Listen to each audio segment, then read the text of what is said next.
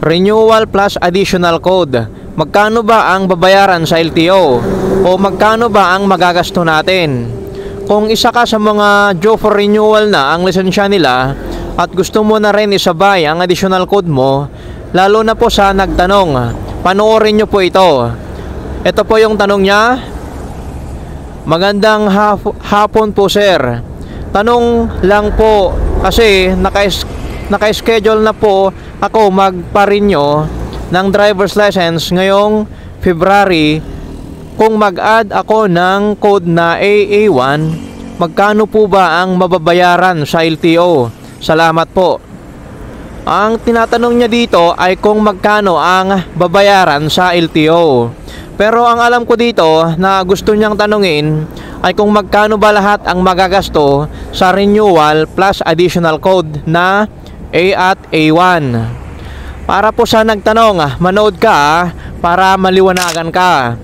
Magkaiba po kasi yung babayaran natin mismo sa LTO at iba rin po yung babayaran natin sa driving school para sa PDC ng DL code A at A1. Ngayon, unahin po natin kung magkano ang babayaran natin sa LTO office. Una, yung renewal fee, 585 pesos. Pangalawa, additional restriction fee or DL code fee, 100 pesos per DL code. Dalawang DL code ang ipapadagdag mo, A at A1, kaya 200 pesos yan. Pangatlo, application fee, 100 pesos. Itong application fee, ito na rin po yung examination fee. At pangapat, computer fee na 67.63 pesos. Ngayon, itotal po natin. Yung renewal fee, 585 pesos plus 200 pesos na additional code plus 100 pesos na application fee or examination fee plus 67.63 na computer fee. Kaya ang total niyan lahat ay 952.63 pesos. Yan po lahat ang babayaran mo sa LTO office.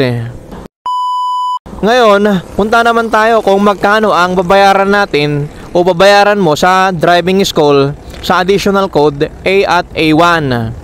Ang maximum prescribed rate po ng DL code A at A1 para po ito sa motorcycle 2 wheels at 3 wheels motorcycle. Sa lahat mo ng driving school ay 2,500 pesos. Yan po yung pinaka-maximum prescribed rate. Hindi na po pwedeng tataas o mas mahal sa 2,500 pesos. Base po yan sa LTO. Pwede sigurong mas mababa o mas mura sa 2,500 pesos. Depende na yan sa driving school kung naka-promo sila. Bawat driving school po kasi may kanya-kanyang promo mga yan. Kaya magtanong po kayo sa mga driving school kung saan may mas mura na PDC at tanungin nyo na din kung naka-promo sila. Tulad po ng sabi ko, hindi na pwedeng mas mataas pa sa 2,500 pesos pero pwedeng mas mura dyan.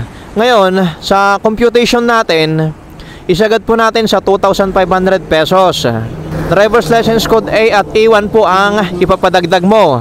Kaya 2,500 plus 2,500 ay 5,000 pesos. 5,000 pesos po lahat ang babayaran mo sa driving school para sa PDC ng DL code A at A1. Hindi pa po kasama dyan ang mga pamasahe, pangmerenda at pangkain mo separate pa yon. Ngayon, itotal natin yung magagasto mo sa LTO office at yung magagasto mo sa driving school. Sa LTO kanina, magkano yung gasto mo? Nasa 952.63 pesos plus 5,000 pesos na PDC. Ilan lahat yan? Nasa 5,952.63 pesos. Yan po ang babayaran mo sa LTO office at sa driving school.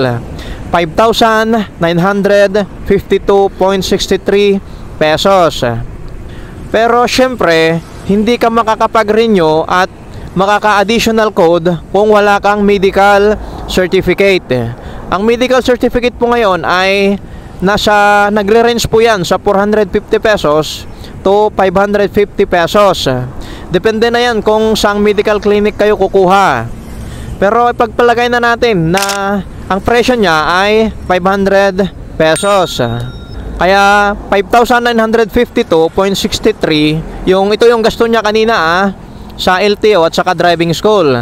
5,952.63 plus 500 pesos na medical certificate. Ay ilan ang total niyan? 6,452.63 pesos.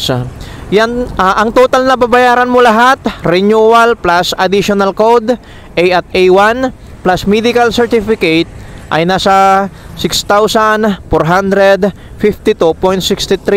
pesos. Yun po lahat ang total na babayaran mo. Ang mahal, di ba? Ito ang tandaan mo computation ko lang to. Kumbaga estimated lang po ito. Hindi po ito yung eksakto talagang babayaran mo. Pwede sigurong mas mababa, pwede rin mas mahal.